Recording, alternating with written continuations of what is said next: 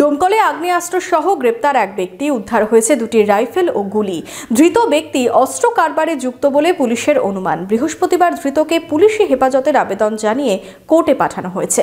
আপনার আনন্দে আমাদের উদযাপন, বিয়ে হোক বা পার্টি, বহরমপুরে এবার luxury banquet hall at golden retreat. জেলায় একমাত্র পিলারলেস ব্যাঙ্কোয়েট, আছে স্পা, সালন, ক্লাব মেম্বারশিপের সুযোগও। বহরমপুর শিল্প তালুকে গোল্ডেন রিট্রিট।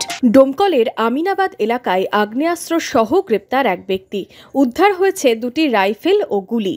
পুলিশ সূত্রে জানা গেছে, গোপন সূত্রে খবর পেয়ে বুধবার রাতে ডোমকলের আমিনাবাদ থেকে জুগিন্দা যাওয়ার রাস্তায় অভিযান চালায় পুলিশ। সেখানেই এক ব্যক্তিকে সন্দেহ হওয়ায় তাকে আটক করে পুলিশ।